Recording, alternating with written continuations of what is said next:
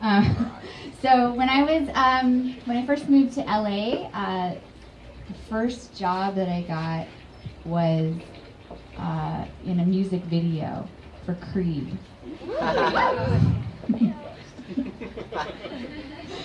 So I was in the Creed video. I was cast in the Creed video for the song "What's This Life For?" Okay, so it's a very compelling piece that sort of asks the question, "Hey, what's this life for?" So I was cast as crying motel girl. So I was in a motel room and I was crying.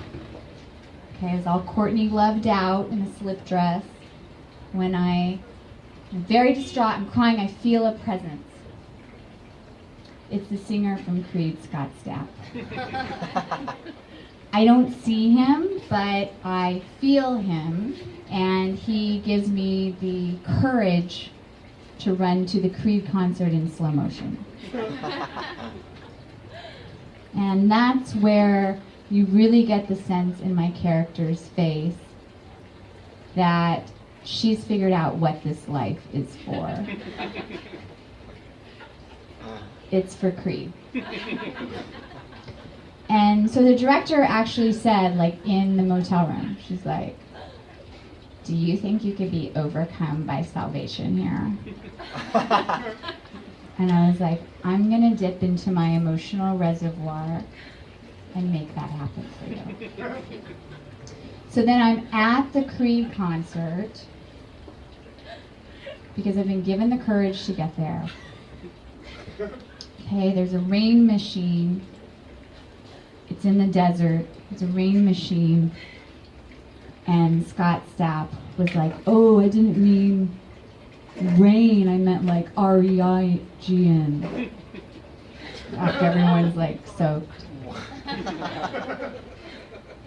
So, and the DP kept saying like, "Nice shot, yo. It's time for lunch, yo."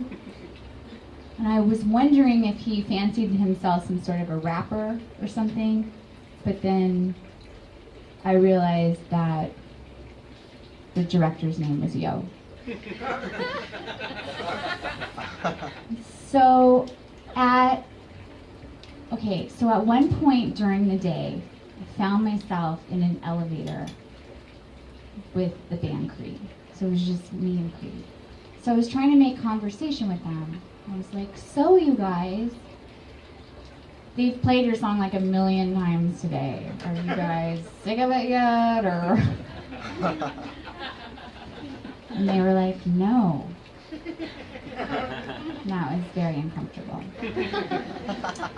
So a lot of times people like want to know, they have the question, you know, like, "Well, what did you do with all the money?"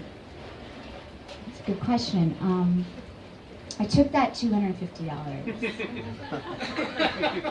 and I spent it on vet bills for my beloved cat Razzle Dazzle. Thank you. Who incidentally did not make it. Thanks. Yeah. Some people do. She crossed over to the other side.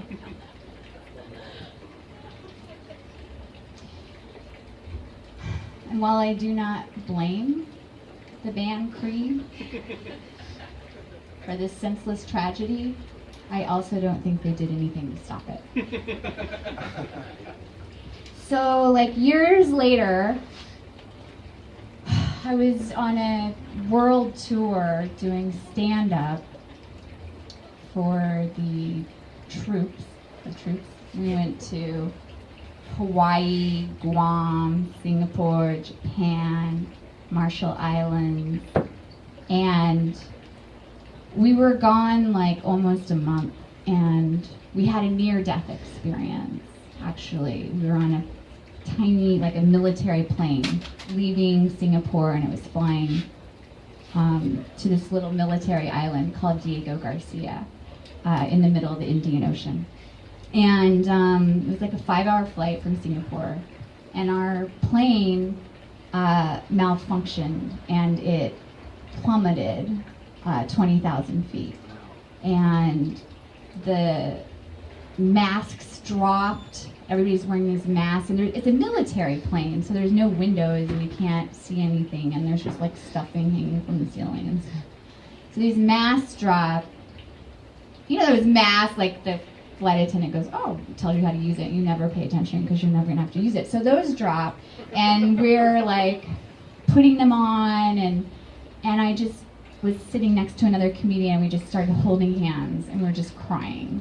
And we didn't know what was going on, but like there were crew members weren't saying what was happening, but they were running around yelling things like such as, but not limited to, we're going down.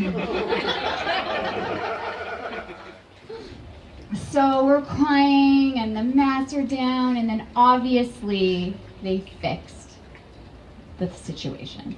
And we never went to that military island. They turned the plane around and they got it back to Singapore, and we all safely landed in Singapore. And then only 2 flights a week go to this island, so we didn't end up trying again. But we were safely back in LA, and I was telling this story to like a group of people at US Again. And this girl goes, I'm telling about the plane and the thing, and she goes, yeah, 20,000 feet's really not that far. And I did not know prior to that a near-death experience could be inadequate. So that's good to know. But you always want to know, like, well, what goes through your mind when you think you're dying, right? So, of course I was thinking, oh my gosh, like, who's going to take care of the kids? Right? And then additionally, I was wondering, who's going to have the kids? But really, I was thinking, I'm not ready to die yet. Like, I still have so many stories to tell.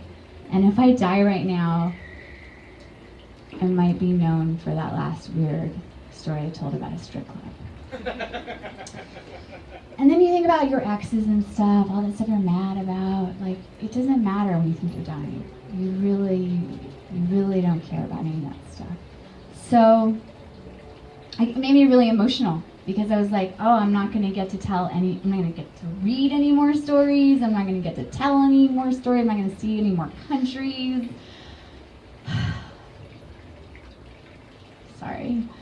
But then this calm just came over me, like this epiphany. And I was like, you know what? It's okay. It's okay. Like, if I have to go right now, I have left my mark on this world. Like, I have left my mark on this world. If I go today, I was in a Creed video. All right, thank you very much.